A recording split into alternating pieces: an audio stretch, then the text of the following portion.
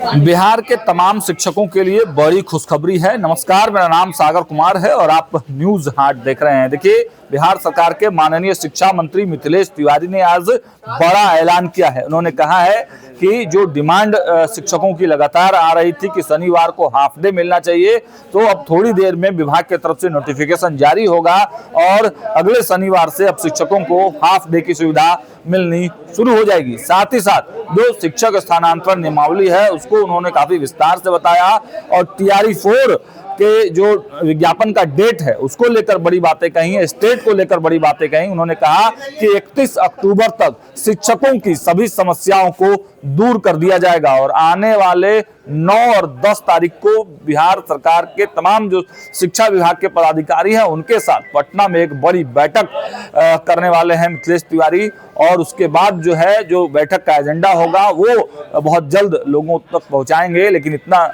जरूर स्पष्ट किया है मिथिलेश तिवारी ने कि शिक्षकों की समस्याओं को दूर करने के बाद शिक्षकों से आग्रह करेंगे कि वो छात्रों की समस्याओं पर लग जाए।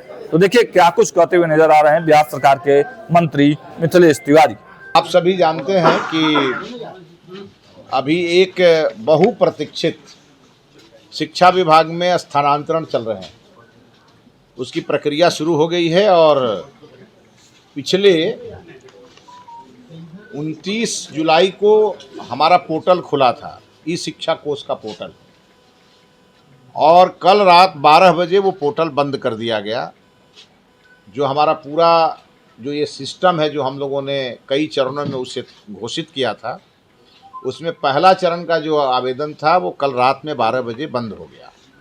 हमें बताते हुए आपको खुशी हो रही है कि यह ट्रांसफ़र चूँकि ऐच्छिक ट्रांसफ़र था और सभी शिक्षकों ने लगभग 1,06,287 वैसे शिक्षकों को इसमें आवेदन करना था जो अपने जिस स्कूल में है वो स्वीकृत पद से अलग हैं, मतलब वो एक्स्ट्रा हैं।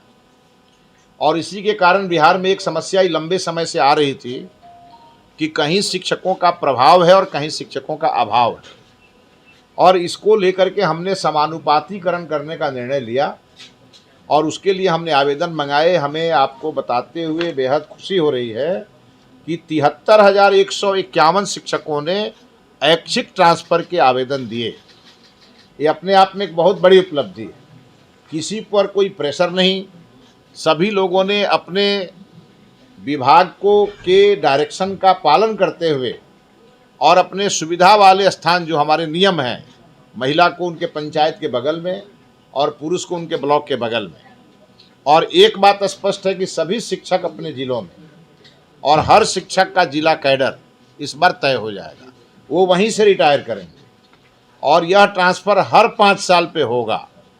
इसी नाते ये पूरी पारदर्शी व्यवस्था के तहत हम लोगों ने 1,06,287 शिक्षकों से आवेदन मांगे थे ऑनलाइन, जिसमें हमारे पास 73,151 शिक्षकों ने स्वतः आवेदन किए। अब उनके ट्रांसफ़र की प्रक्रिया शुरू होगी। उन्होंने अपने ऑप्शन भी दिए हैं विभाग के पास, वो पूरे डिटेल हमारे रविशंकर जी जो ई शिक्षा पोर्टल का ये पूरा प्रक्रिया ये देख रहे हैं, ये आपको ब्रीफ करेंगे। इसके साथ साथ मुझे आपको एक चीज़ और बतानी है कि लंबे समय से हमारे बिहार में कई शिक्षक नेता इसकी डिमांड कर रहे थे। कई शिक्षकों के भी हमारे पास आवेदन आ रहे थे, उनके तरफ से भी ये डिमांड थी। और माननीय मुख्यमंत्री जी ने अभी हाल ही में उन्होंने मुंगेर से इसके बारे में इशारा भी किया था। और आज भी विधानसभा में जब हमारा ये एआई की कार्यशाला चल रही थी तो वहाँ भी माननीय मुख्यमंत्री जी ने मुझे इसके लिए कहा कि इसे आप कर दें। तो आज मैं आप सबके सामने ये घोषणा करता हूँ कि आज ही हमने अभी फाइल पे ऑर्डर कर दिया है और वो नोटिफिकेशन निकलने की प्रक्रिया में वो फाइल आगे बढ़ गई है। मतलब अभी से 1 घंटे के अंदर शनिवार को हाफ डे होगा।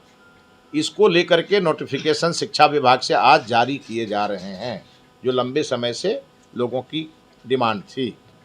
और इसके अलावे हाफ डे को लेकर के हमने निर्णय ले लिया और इसके अलावे हमारा 2 दिनों का 9 एवं 10 अगस्त को पहली बार शायद ये हो रहा होगा बिहार में कि बिहार के लगभग 350 से 400 के बीच में हमारे जो ऑफिसर हैं, जो पूरे बिहार के शिक्षा विभाग के ऑफिसर हैं, जो जिला स्तर पर बैठते हैं, कुछ राज्य स्तर पर हमारे प्रमुख अधिकारी हैं, इनकी संख्या 350 से 400 के बीच में है।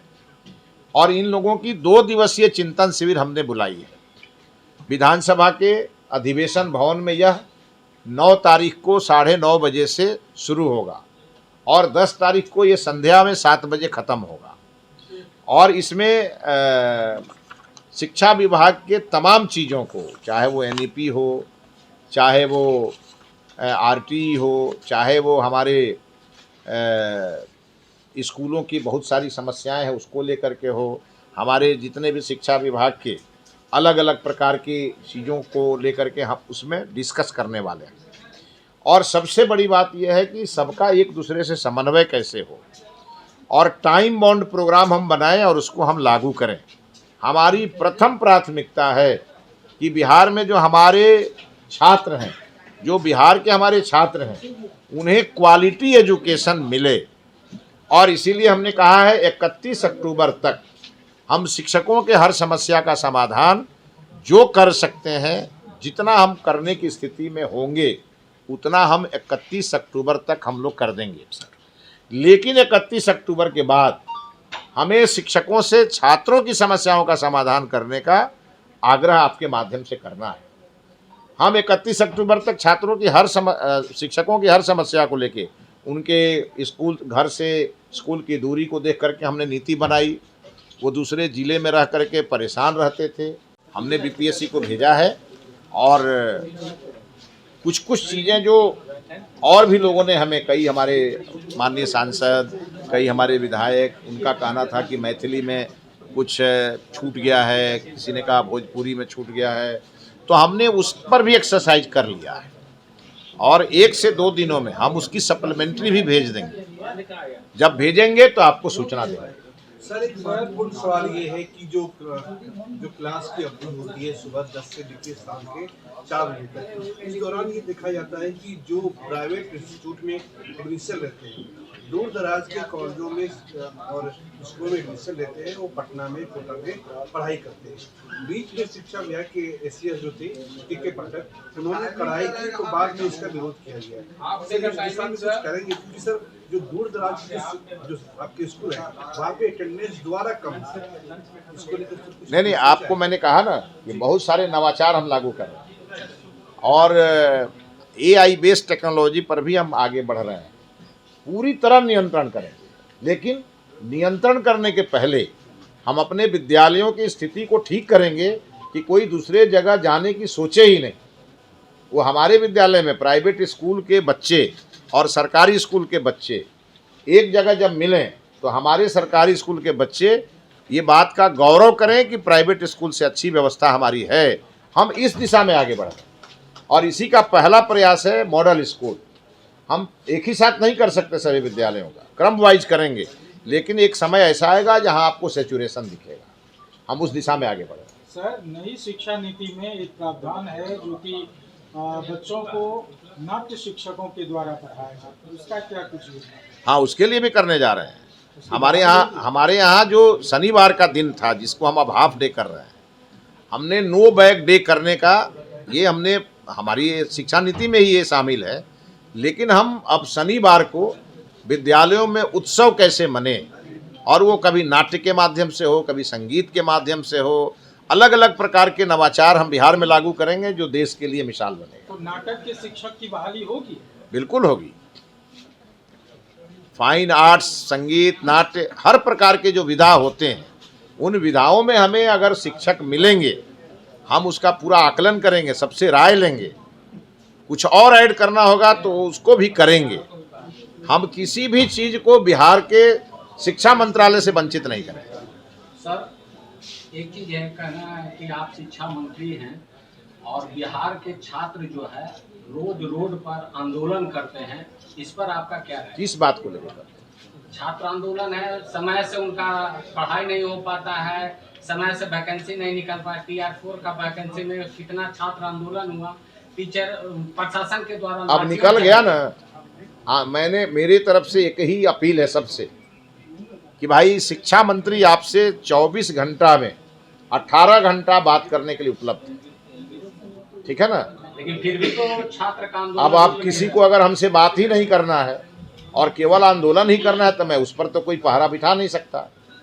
बहुत सारे मैं बताऊं आपको, बहुत सारे ऐसे शिक्षक नेता हैं बिहार में जो आज तक कभी हमसे मिले नहीं, आज तक कोई अपना सुझाव दिया नहीं, और वो शिक्षक नेता भी कहीं कहीं बयान देते हैं। जब हम यहाँ सरप्लस की बात करते हैं तो वो सरप्लस को बोरोप्लस बोलते हैं, है ना। अब यही सुनना चाहते तो सुनिए। और मैं इस बिहार में ऐसे ऐसे लोगों पर मैं क्या हंसूं, मेरे समझ में नहीं आता है। जब मैं एजुकेशन की बात करता हूं और एजिटेशन की बात अलग अलग करता हूं तो एजिटेशन को एजुकेशन बताते हैं और सरप्लस को बोरोप्लस बताते हैं। ऐसे लोगों की पढ़ाई लगता अधूरी रह गई है। उन्हें मैं सलाह दूंगा कि वो ठीक से पढ़ें और फिर हमसे बात करें, और उनकी जो समस्या होगी अगर हमें लिख के देंगे और अगर वो शिक्षा के लिए बेहतर होगा तो हम अपने बिहार के सबसे बड़े विरोधी से भी अच्छा सुझाव प्राप्त करने वाले व्यक्ति। मंत्री जी, जैसा कि पिछले प्रेस वार्ता में आपने कहा था कि पटना सदर में विद्यालय नहीं है, लेकिन सूत्रों के हवाले से हमारे पास कुछ जानकारी मिली है कि कल शाम में सदर शिक्षक जो सरप्लस थे उनका सदर में ही बहुत सारा वैकेंसी शो कर रहा है। अब आपको जिस सूत्र से जानकारी मिली है जरा मुझे भी वो सूत्र बता दीजिए। हमारे यहाँ चूंकि ज्यादा सरप्लस पटना में है। ये साधुवाद है आपको। हाँ, ये स्कूल दिखाई दे रहे हैं। आप निश्चिंत रहिए। शिक्षकों का जब समस्या 31 अक्टूबर के बाद रह जाएगा तो उनके साथ आपको बिठाएंगे। सर, बीपीएससी ने जो कहा कि जो त्रुटियां थी अधियाचना में, क्या दोबारा से अधियाचना भेज दी गई? बीपीएससी के चेयरमैन से हमारी बात हुई है। जिसने भी बयान दिया है उसे अधिकार नहीं है बयान देने का, और ये बीपीएससी और शिक्षा विभाग के बीच का मामला है। किसी भी व्यक्ति को जिसको जानकारी नहीं है अगर वो बयान देता है तो अनुशासनहीनता में आता है। और सर, बिहार विद्यालय परीक्षा समिति ने जो कल एक लेटर जारी किया है उसमें उन्होंने ये कहा कि संभावना इस बात की कि सितंबर में विज्ञापन जो है वो जारी होगा। क्या आप ये कह रहे हैं कि इस बार इस महीने भी विज्ञापन नहीं जारी हो पाएगा टीआरई 4 के लिए? बिहार विद्यालय परीक्षा समिति को थोड़े टीआरई 4 का परीक्षा लेना है। नहीं सर, वो डीएलएड का कह रहे हैं ना आप। नहीं, उसमें उन्होंने मेंशन किया है कि इस बात की संभावना है कि जो टीआरई 4 का विज्ञापन है वो सितंबर माह में जारी होगा, इसलिए उनका जो काम है वो पहले कर लें। तो ये तो आपकी ही एक बॉडी ये तो नहीं, बिहार विद्यालय परीक्षा समिति संभावना व्यक्त कर रहा है और वो अपना टारगेट फिक्स कर रहा है कि इसके पहले हमें क्या करना है, वो उन्हें करने दीजिए। लेकिन टीआरई 4 का विज्ञापन बीपीएससी को जारी करना है, उसमें सरकार का रोल नहीं है, ये उनका काम है। उसी के लिए बीपीएससी एक पूरी तरह से स्वतंत्र बॉडी है। और ये बात पूरी तरह गलत है कि जो हमने टीआरई 4 के लिए अधियाचना भेजी थी बीपीएससी को, वो हमारे यहाँ लौटाई गई, न लौटाई गई या न लौटाई जाने वाली है। हमने अधियाचना भेजी है, जब तक वैकेंसी नहीं जारी हो जाती है तब तक उसमें हमें जो ऐड करना है हम ऐड करते रहेंगे, जो हमको जानकारी मिलेगी। और बनाया ताकि कहीं से भी भ्रष्टाचार नामक कोई अधिकारी उनका शोषण न करे। इसको लेकर के हमने साफ साफ पारदर्शी व्यवस्था लागू की। और अब जब उनके आवेदन आए, इस आवेदन को देख करके हमारे विभाग में जो उसकी रूपरेखा बनाई गई है ट्रांसफ़र की, उसके आधार पर ये होगा। सामान्य ट्रांसफ़र की प्रक्रिया, जो अधिशेष शिक्षक नहीं है उसके अलावे भी बहुत सारे शिक्षक हैं जो अपना ट्रांसफ़र चाहते हैं, उनके लिए हमारा पोर्टल 17 सितंबर को खुलेगा। और यह 17 सितंबर से खुलेगा और उसमें वो शिक्षक आवेदन करेंगे जो सरप्लस की सूची में नहीं थे या जो नहीं कर पाए। इसमें भी जो नहीं कर पाए 73,000 के आसपास तो लोगों ने कर भी दिया, जो नहीं कर पाए वो भी आवेदन उसमें कर पाए। और उनके भी ट्रांसफ़र हम 31 अक्टूबर तक इसको पूरी तरह से करेंगे। इसके साथ साथ जो 2 दिवसीय हमारा कार्यशाला है वो बड़ा ही इम्पोर्टेंट है। कार्यशाला के बाद हम 9 और 10 को जो कार्यशाला करेंगे और 11 तारीख को हम प्रेस में ब्रीफ करेंगे आपको कि हम लोगों ने उस पूरे कार्यशाला में कौन कौन से निर्णय लिए, बिहार के शिक्षा के उन्नयन के लिए हम लोगों ने क्या क्या निर्णय लिया। और इसीलिए माननीय प्रधानमंत्री जी ने विकसित भारत की जो कल्पना की है और माननीय मुख्यमंत्री जी ने समृद्ध बिहार की कल्पना की है, और इन दोनों संकल्पों को सिद्धि तक पहुंचाने का सशक्त माध्यम है शिक्षा विभाग।